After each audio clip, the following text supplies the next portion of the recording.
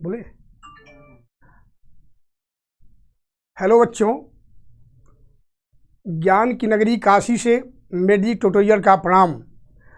बच्चों, आज हम हिंदी साहित्य के क्षेत्र में आप लोगों को लेके चलना चाह रहे हैं। उस दिन मैंने अलंकार आप लोगों को पढ़ाया था। शब्दालंकार मैंने बताया कि शब्दालंकार किसे कहते हैं और शब्दालंकार के कितने भेद हैं, सभी को मैंने एक एक करके परिभाषा बताया था। आज चूँकि हिंदी साहित्य में ग्रामर के बिना, व्याकरण के बिना हिंदी साहित्य वैसा ही नीरस होता है जिस तरह से शरीर में आत्मा के बिना शरीर निष्प्राण हो जाता है, जिसका कोई महत्व नहीं होता है, वैसे हिंदी साहित्य में व्याकरण के बिना हिंदी साहित्य नीरस हो जाती है। इसलिए आज हम आप लोगों को ग्रामर के क्षेत्र में अलंकार पढ़ाने के लिए चल रहे हैं, जिसमें शब्दालंकार हो गया था, शेष जो है अर्थालंकार बाकी था। आज मैं अर्थालंकार बताऊंगा कि अर्थालंकार किसे कहते हैं, इनके कौन कौन भेद होते हैं और हर एक भेदों की एक एक परिभाषा बताऊंगा।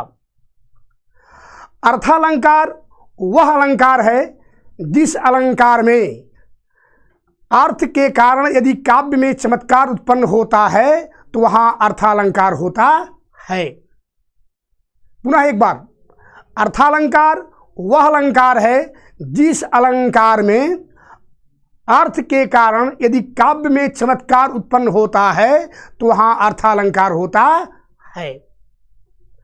अर्थालंकार के ऐसे हम लोग तो 10-15 भेद होता है, लेकिन 10th और 12th के लेवल तक हम लोग को 6 ही पढ़ना है। 6 अर्थालंकार के 6 भेद होते हैं। कौन कौन मैं बता रहा हूं।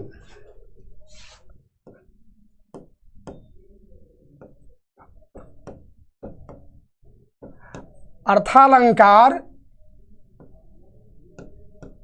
के भेद, अर्थालंकार के हम लोगों के अपने हाई स्कूल और 10th की लेवल तक पढ़ना है। 6 होता है, 6 भेद होते हैं।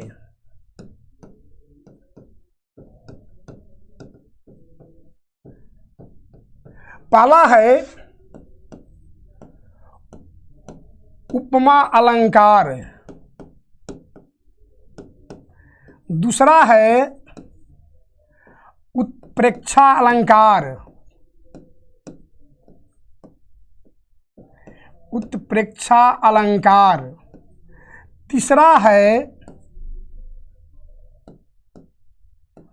रूपक अलंकार,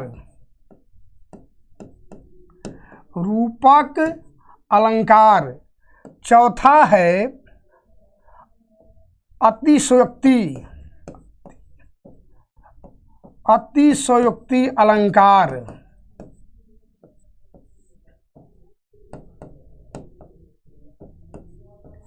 पांचवा है भ्रांतिमान,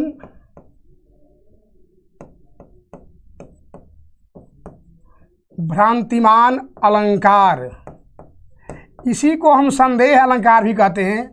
क्वेश्चन होता है संदेह अलंकार। और छठा है मानवीकरण अलंकार, मानवीकरण अलंकार। बच्चों, यही जो है अर्थालंकार के 6 भेद होते हैं, 6 भेद। अब हम एक एक पॉइंट को आपको व्याख्या करेंगे कि उपमा अलंकार किसे कहते हैं। उपमा अलंकार किसे कहते हैं। उपमा अलंकार वह अलंकार है, माने उपमा का समान अर्थ होता है समानता या तुलना करना। उपमा का समान अर्थ होता है समानता।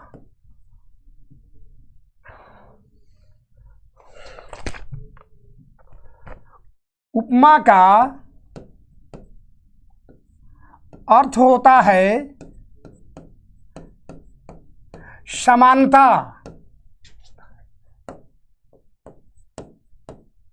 समानता करना या तुलना करना। उपमा का अर्थ होता है समानता या तुलना करना। जहाँ किसी प्रसिद्ध व्यक्ति के गुण या दोषों की तुलना किसी दूसरे प्रसिद्ध व्यक्ति से किया जाता है, वैसे अलंकार को हम उपमा अलंकार कहते हैं। पुनः एक बार, उपमा का अर्थ होता है समानता या तुलना करना। जहाँ किसी प्रसिद्ध व्यक्ति के गुण या दोषों की तुलना किसी दूसरे प्रसिद्ध व्यक्ति से तुलनात्मक किया जाता है, वैसे अलंकार को हम उपमा अलंकार कहते हैं। उदाहरण के लिए, पीपर पात सरिस मन डोला। पीपर पात सरिस मन डोला, क्योंकि यहाँ उपमा में 4 शब्द होते हैं, उपमा, उपमेय, साधारण धर्म और वाचक शब्द। एक कहेंगे हम ऐसे कि उपमा का इसमें 4 चीज मिलते हैं। ये 4 तत्व है, उपमा के 4 तत्व हैं। क्या क्या है? पहला है, 4 तत्व हो गया। पहला हो गया उपमा, दूसरा हो गया उपमेय, दूसरा हो गया उपमा, उपमेय, समान धर्म, और चौथा हो गया उपमा, उपमेय, समान और वाचक शब्द। ये वाचक शब्द है, वाचक शब्द। ये 4 तत्व है। उपमा के 4 तत्व है, उपमा, उपमेय और समान धर्म, वाचक शब्द। यानी मैंने कहा कि उदाहरण है पीपर पात सरिस मन डोला। एक क्या है? उपमा है, दूसरा उपमेय है, और तीसरा समान धर्म, और चौथा जो है वाचक शब्द है। उदाहरण के लिए मैंने लिखा,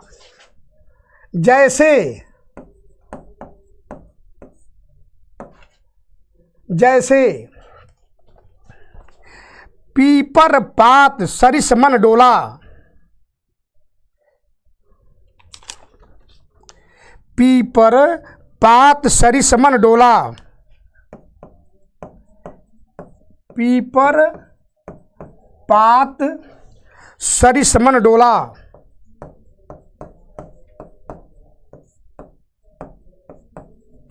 मन डोला, ये जो है उपमा अलंकार के उदाहरण है। पीपर पात सरिस मन डोला, एक कह सकते हैं। दूसरा कह सकते हैं उदित उदयगिरि मंच पर रघुबर बाल पतंग, बिकसे संत सरोजमन हर्षे लोचन भृंग। यानी उदित उदयगिरि, उद्याचल पर्वत पर बाल रूपी सूर्य ऐसे उद्दीयमान हो रहे हैं जैसे देखकर दूसरे का नेत्र जो है क्या होता है? प्रसन्नचित होता है। ये भी उपमा का उदाहरण है। उदित उदयगिरि मंच पर रघुबर बाल पतंग, यानी बाल रूपी पतंग कैसे उद्याचल पर्वत पर शोभिमान हो रहा है। ये उपमा का उदाहरण है। कोई डाउट इसमें बच्चों? नेक्स्ट आगे बढ़ें। दूसरा है उत्प्रेक्षा अलंकार। दूसरा है उत्प्रेक्षा अलंकार। ध्यान दीजिए, दूसरा हुआ उत्प्रेक्षा अलंकार। आखिर हम उत्प्रेक्षा अलंकार किसे कहते हैं? उत्प्रेक्षा अलंकार किसे कहते हैं? उत्प्रेक्षा अलंकार वह अलंकार है जिस अलंकार में जनहु, जानो, मनहु, मानो, जानो, दानो इत्यादि यदि ऐसे शब्द आते हैं वहाँ उत्प्रेक्षा अलंकार होता है।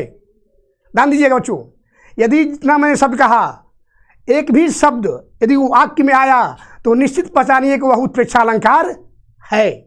पुनः एक बार, उत्प्रेक्षा अलंकार वह अलंकार है जिस अलंकार में जनहु, जानो, मनहु, मानो, जानो, दानो इत्यादि ऐसे शब्द आते हैं वहाँ उत्प्रेक्षा अलंकार होता है। जैसे उस क्रोध मारे तन कांपने उसका लगा, मानो हवा के वेग से सोता हुआ सागर जगा। इसमें क्या आया? मानो।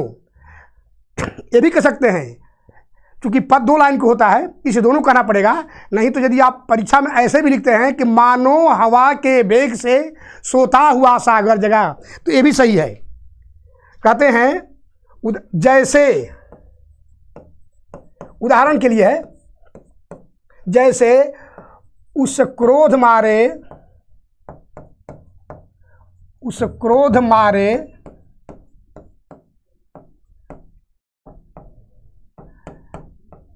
तन कांपने उसका लगा, उस क्रोध मारे तन कांपने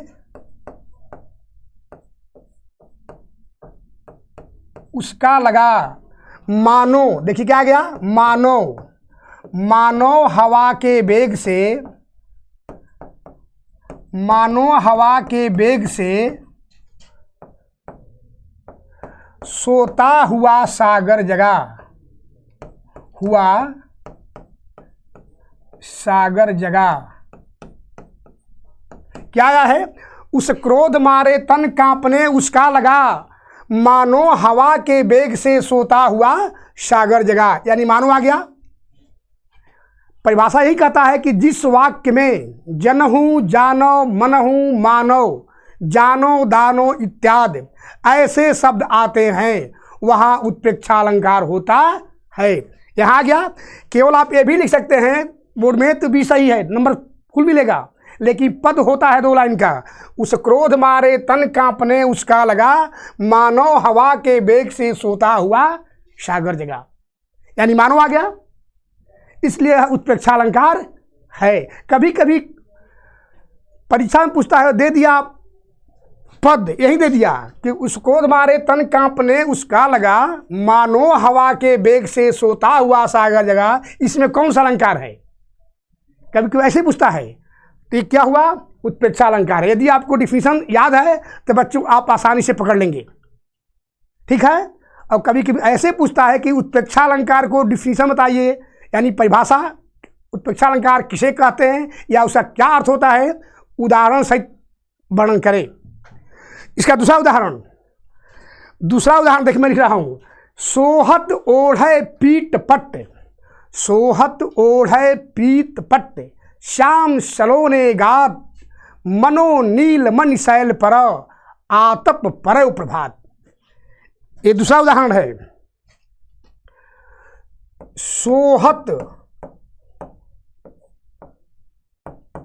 सोहत ओढ़े पीत पट्ट, श्याम सलोने गात,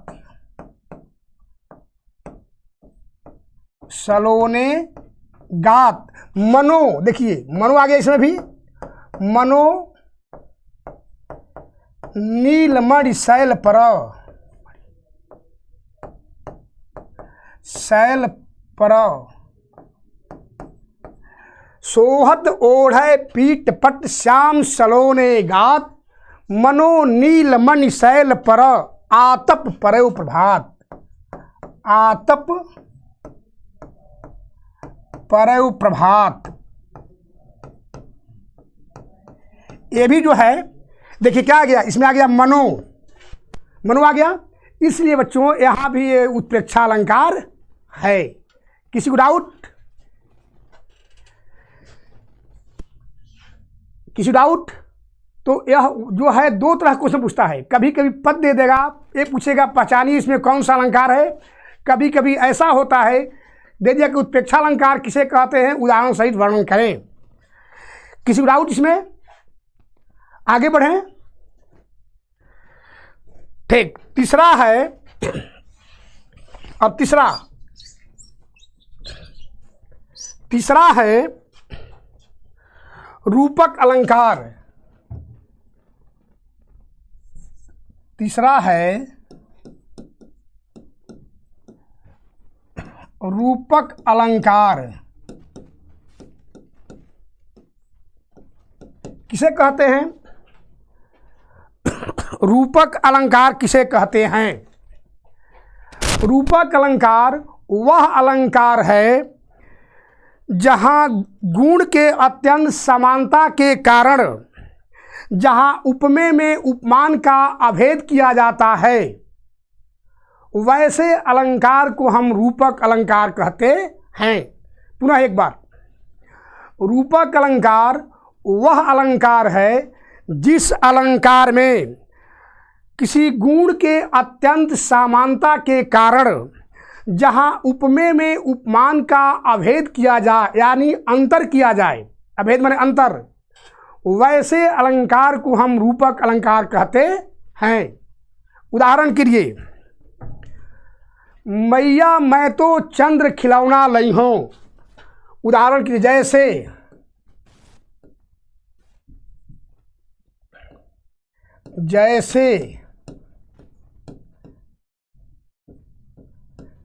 मैया मैं तो चंद्र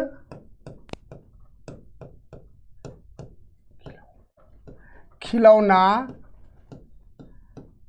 लई हूँ। ध्यान दीजिएगा, मैया मैं तो चंद्र खिलौना लई हूँ, ये रूपक अलंकार का उदाहरण है। ये कौन सा है? रूपक अलंकार का उदाहरण है। मैया मैं तो चंद्र खिलौना एक उपमा हो गया और एक उपमेय है। जहाँ उपमा का उपमेय से अभेद किया जाता है, वहाँ वैसे अलंकार को हम रूपक अलंकार कहते हैं।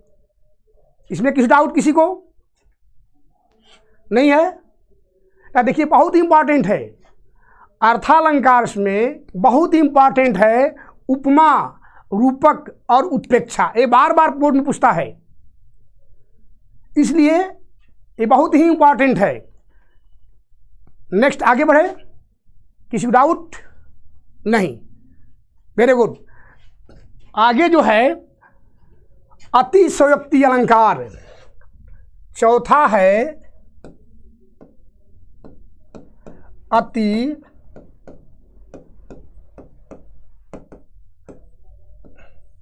अतिशयोक्ति अलंकार। आखिर अतिशयोक्ति अलंकार किसे कहते हैं? अतिशयोक्ति अलंकार वह अलंकार है जिस अलंकार में जहाँ किसी बात को हम बढ़ा चढ़ाकर या छोटी सी घटना को बहुत बड़ा घटना के रूप में व्यक्त करते हैं, वैसे अलंकार को हम अतिशयोक्ति अलंकार कहते हैं। यानी हम बात को बढ़ा चढ़ाकर, जहाँ छोटी सी घटना हो वहाँ उसको बहुत बृहद बनाते हैं, बढ़ा चढ़ाकर कहते हैं, तिल को ताड़ करते हैं, वैसे अलंकार को हम अतिशयोक्ति अलंकार कहते हैं। जैसे लंका में हनुमान के पूंछ में आग लगी कि नहीं लगी, लेकिन लंका वाले क्या कह रहे हैं कि पूरे लंका जल के राख हो गए। यह निश्चित नहीं था, बट वहाँ क्या कह रहे थे कि हनुमान के पूंछ में आग लगी कि नहीं लगी, पूरी लंका जल के राख हो गई। रक्षों सब चिल्ला दौड़ते जा रहे हैं। यानी हमने किसी घटना को तिल को ताड़ कर रहे हैं, बढ़ा चढ़ा कर व्यक्त करते हैं।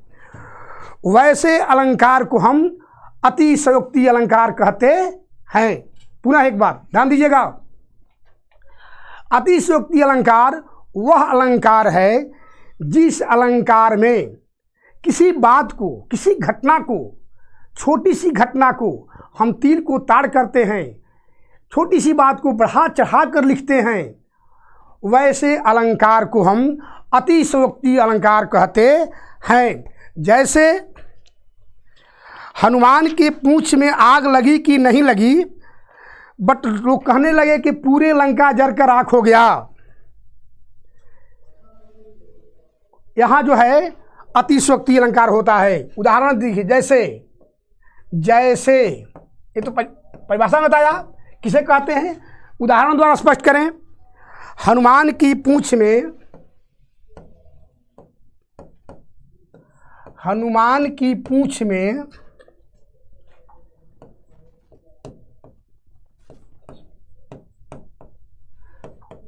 आग, हनुमान के पूंछ में लगन न पाई आग।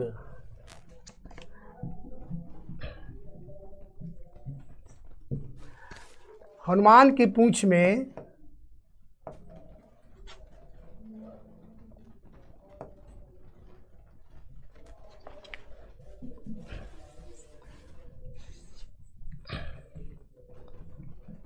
ध्यान दीजिएगा।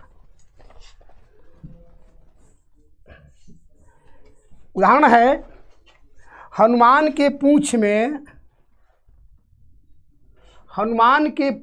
लगन न पाई आग। हनुमान के पूंछ में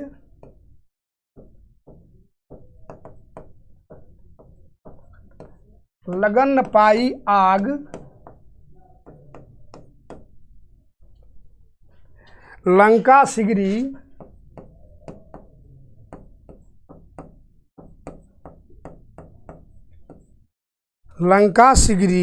जल गई।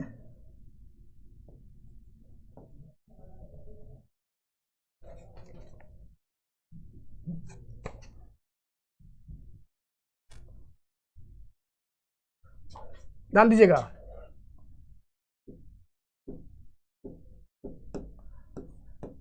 हनुमान के पूंछ में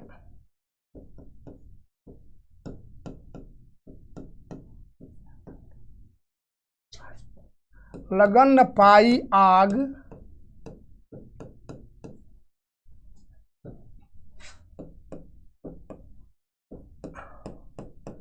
लंका सिगरी जल गई।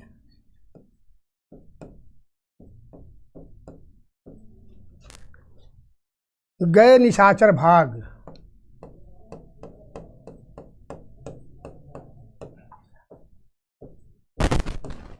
गए निशाचर भाग। ये जो है अतिशोक्ति अलंकार का उदाहरण है। ठीक है, यानी घटना बढ़ा चढ़ा के हो रहा है। मैंने पहले परिभाषा का ये कह रहा है कि जहाँ किसी बात को तिल को ताड़ करते हैं, छोटी सी घटना को बढ़ा चढ़ा कर कहते हैं, वैसे अलंकार को हम अतिशोक्ति अलंकार कहते हैं। तो यहाँ क्या है, हनुमान के पूंछ में लगन न पाई आग, लंका सिगरी जल गई, गए निशाचर भाग। ऐसे अलंकार को हम अतिशोक्ति अलंकार कहते हैं। नेक्स्ट है भ्रांतिमान या संदेह अलंकार। नेक्स्ट है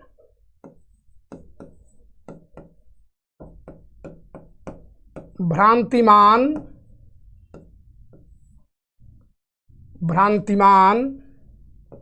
या संदेह अलंकार।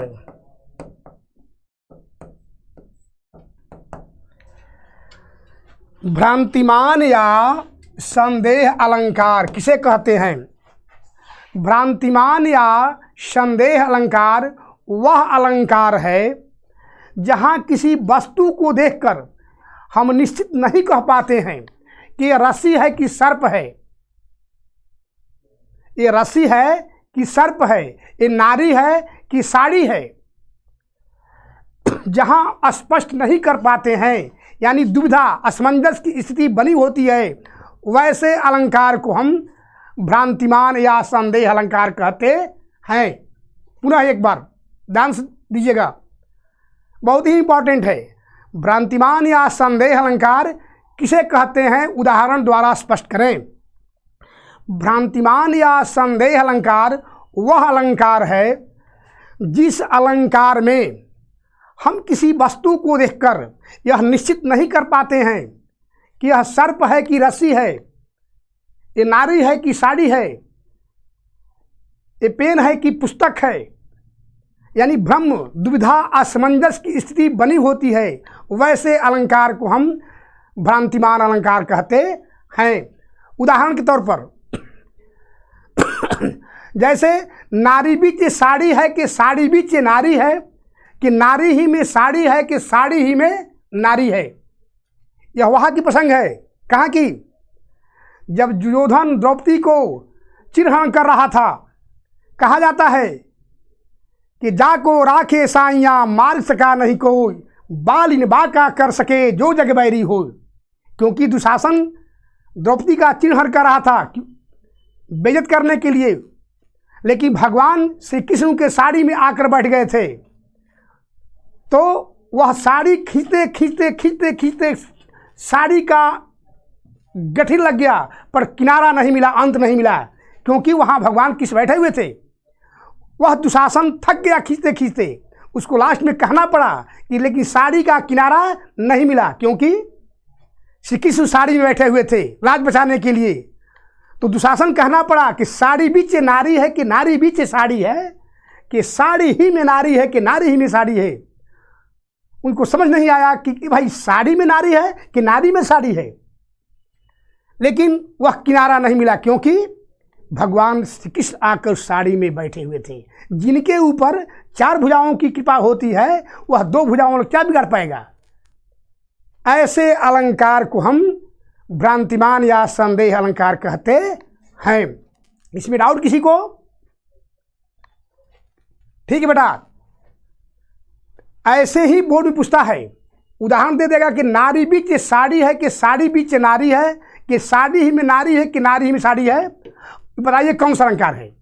तो ऐसे अलंकार को हम भ्रांतिमान या संदेह अलंकार कहते हैं। ठीक है, थैंक यू बेटा।